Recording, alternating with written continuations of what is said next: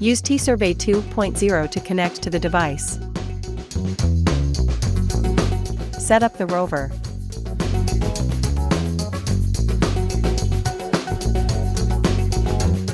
Open point survey on the survey interface. Open antenna parameters and set the pole height. Turn on tilt measurement. Shake the receiver back and forth to make the tilt measurement initialization.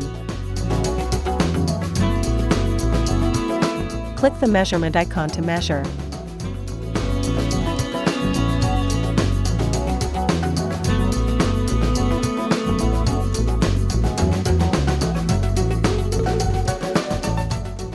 It can be seen that the receiver can be tilted to measure up to 60 degrees.